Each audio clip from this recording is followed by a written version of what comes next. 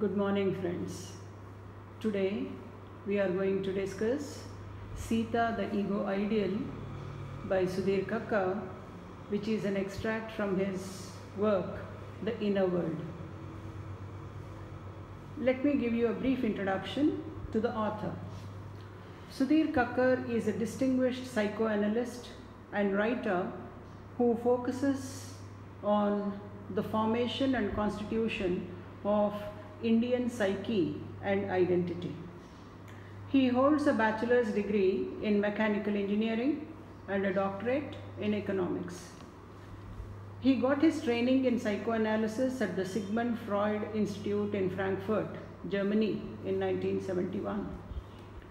He has taught at various Indian, European and American universities. He has written 17 highly acclaimed books of non-fiction and also 5 novels. His works have been translated into 21 languages around the world. He is the recipient of many honors, including the Boyer Prize of the American Anthropological Association and Germany's Goethe Medal. The Inner World is recognized as an example of applied psychoanalysis and hailed by critics as the best application of psychoanalysis of Indian culture. It is an inquiry into the construction of Indian identity. This work examines the network of social roles, traditional values, beliefs and customs which contribute to the Indian psychological development. It also reveals the important aspects of Indian society, myths, rituals, fables, and arts.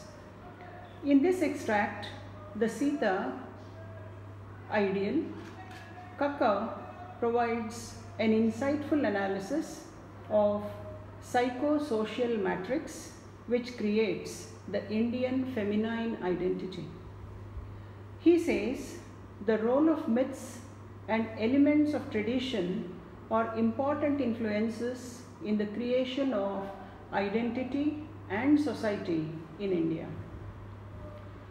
The heroine of the epic, Ramayana, Sita, is the ideal woman for both men and women in Hindu society, as she is the quintessence of wifely devotion. Regardless of caste, region, social class, age, sex, education, or even modernization, the image of Sita becomes the traditional ideal of womanhood in India. It is through recitation, reading, listening, or watching plays and performances and classical musics hailing gods that a Hindu reasserts his or her cultural identity as a Hindu and obtains religious merit. Even though the circumstances and tasks of modern life don't match with the models of familial bonds and social relations or values projected in mythology, even a modern Hindu accepts them unquestioningly in the present times.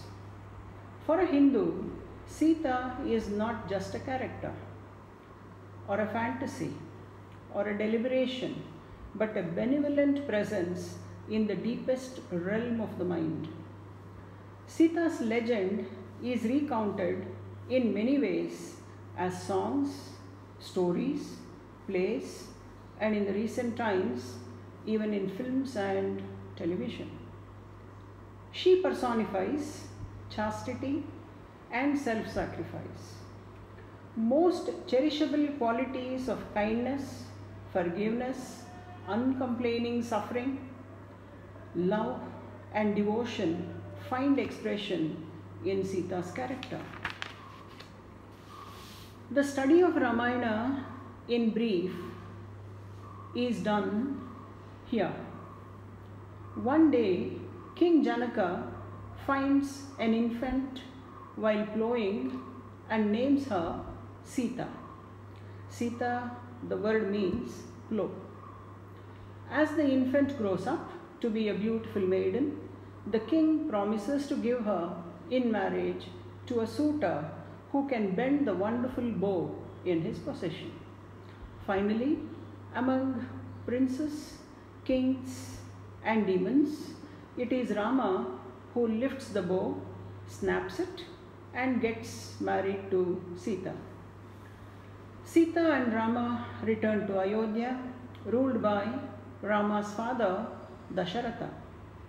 Dasharatha wishes to coronate Rama as the king, but his youngest wife, Kaikeyi, wanted her son Bharata to be enthroned, and Rama banished to forest for 14 years. At this point, Rama tries to persuade Sita to stay back in the palace while he would go to the forest, pointing out the problems and dangers that they may encounter in the forest. But Sita is determined to follow his footsteps, and she declares death is preferable to separation from her husband. Her speech is an eloquent statement of the dharma of a Hindu wife. Quote, "For a woman, it is not her father, her son, or her parents, or even friends, but her husband who is this world and the next, and is ever her sole means of salvation." Rama and Sita, together with Lakshmana, Rama's brother, go away to the forest. In the forest, Sita is abducted by the demon king Ravana and taken away to Lanka. Although Ravana tries to win her love through kindness and later threats, Sita is steadfast in her love and devotion to Rama.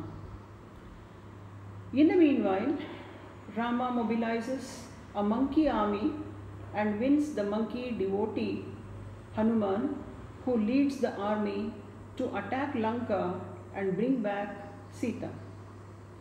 After a long battle, Rama is victorious and Ravana is killed. Rama doubts Sita's fidelity during her captivity, and Sita proves her innocence and purity by the fire ordeal, where fire god Agni himself testifies her virtue. Rama and Sita return to Ayodhya, and Rama is crowned the king. As Rama hears about the suspicion cast on Sita's purity by a washerman in the kingdom, Rama banishes her to the forest. Sita gives birth to twins, Lava and Kusha, there in the forest. She lives an ascetic life, devoted to Rama, and when her children grow up, she sends them to Rama. Rama now repents and wants Sita to come back to Ayodhya. Rama wants her to prove her purity before the court, and the gentle Queen Sita feels humiliated and requests her mother Earth to take her back. Sita disappears into the caved earth. Now comes the question of interpreting the legend of Sita. Sudhir Kakka asserts that his aim is to analyze the Sita legend from a psychoanalytic and psychosocial perspective. The ideal of womanhood is incorporated by Sita, and it is one of chastity, purity, tenderness, and singular faithfulness to Rama despite his rejections. The legend also gives a glimpse of Hindu image of manliness. Rama may have the traits of a godlike hero, yet He is fragile, mistrustful, jealous, conforms to his parents' wishes and social opinion, much against his own or his wife's well-being. This, as Kakar says, becomes the knowledge of an Indian girl in her inner world of imagination. Kakar narrates two more legends of Nala Damayanti and Satyavan Savitri, where Damayanti and Savitri embody the values and expectations of a Hindu society. Damayanti, like Sita, accompanies her husband Nala and is uncomplaining about her life in the forest. Even when he deserts her, taking away half of her sari to cover his own nakedness, she does not reproach. The moral is clear. Whether treated well or ill, wife should never indulge in ire or anger. When her husband Satyavan is dead and being taken away by the god of death, Yama, Savitri follows him and says, "Deprived of my husband, I am the one dead." The ideal of fidelity has another dimension in the legend.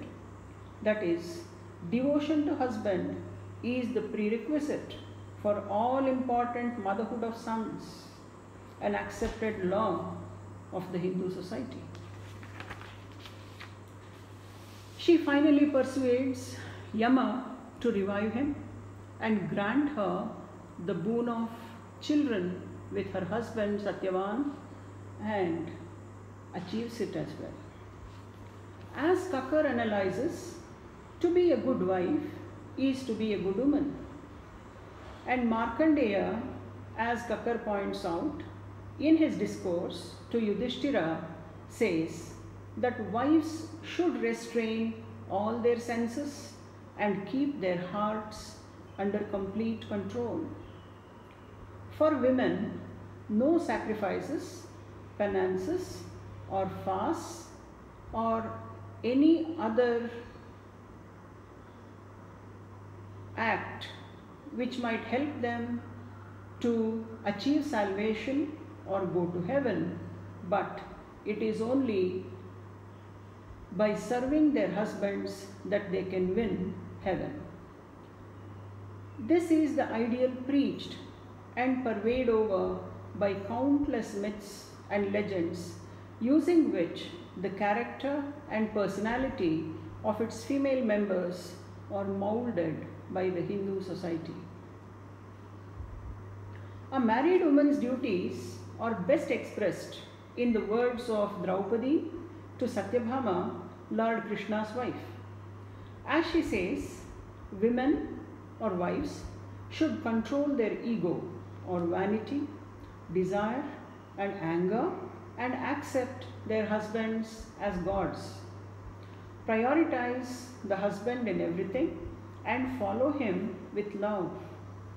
In addition, as per the mother-in-law's advice, a woman has to do the duties of almsgiving, offering worship to gods, and service to the others who deserve, and go about doing the household work and taking care of the welfare of the family.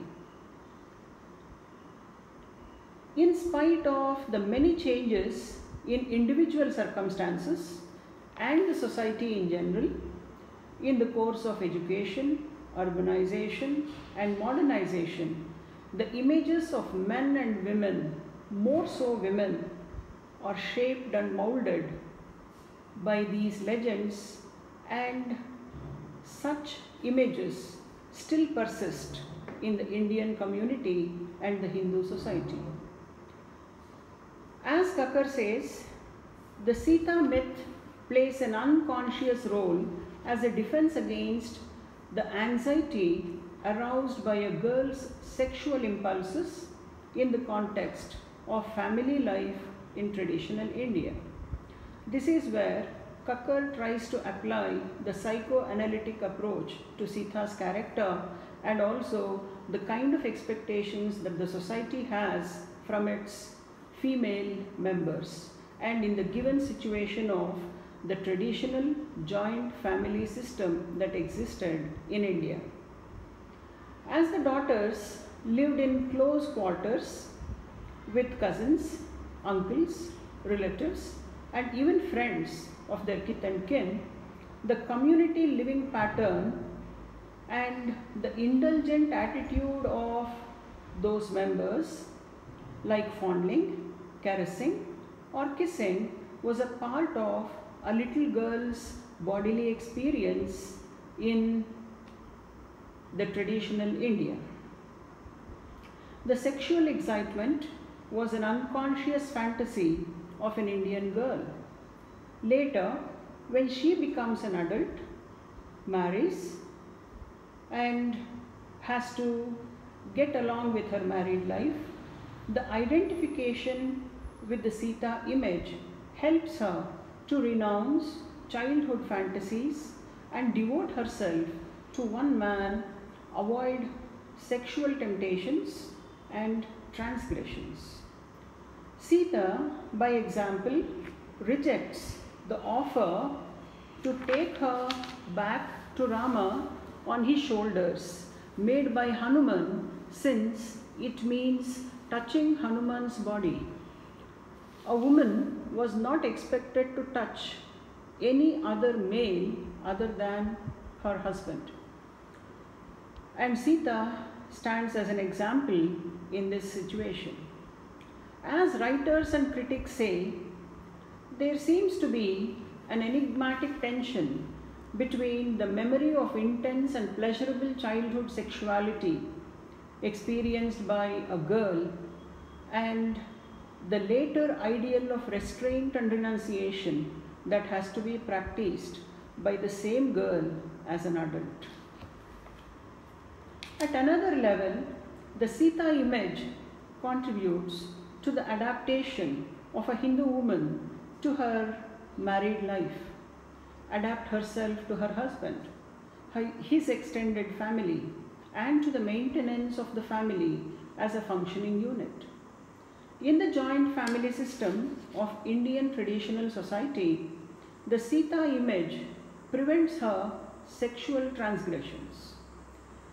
Sita's behavior toward her brother-in-law, Lakshmana, is seen as the ideal social behavior.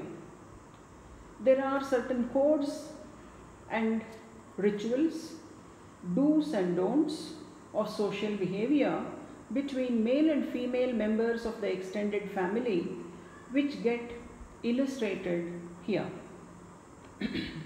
In a Bengali folk song, a woman expresses her desire for an amorous relationship with her husband's older brother and regrets that he is not the younger brother, so that her desire could be fulfilled.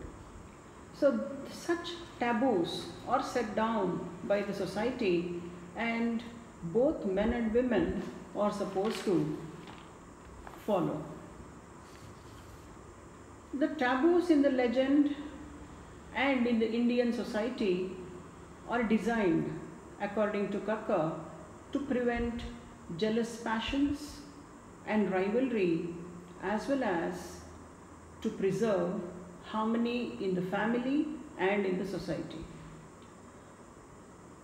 In conclusion, he claims that the description of daughterhood and the Sita ideal of womanhood do not give complete account of Indian woman's emotional preparation for motherhood, her developmental stage of life at the time of her marriage, her experiences and relationships with her husband and his family, childbirth in her particular personal and social setting are of great importance, and they form the factors that create the psychosocial matrix of infancy in India.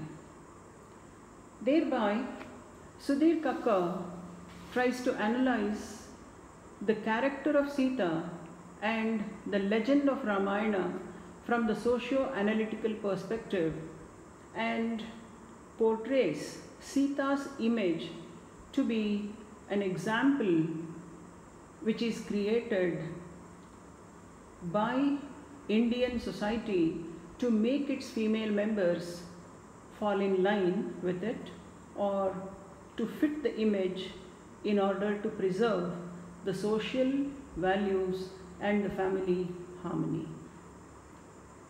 Thanks for listening. Thank you.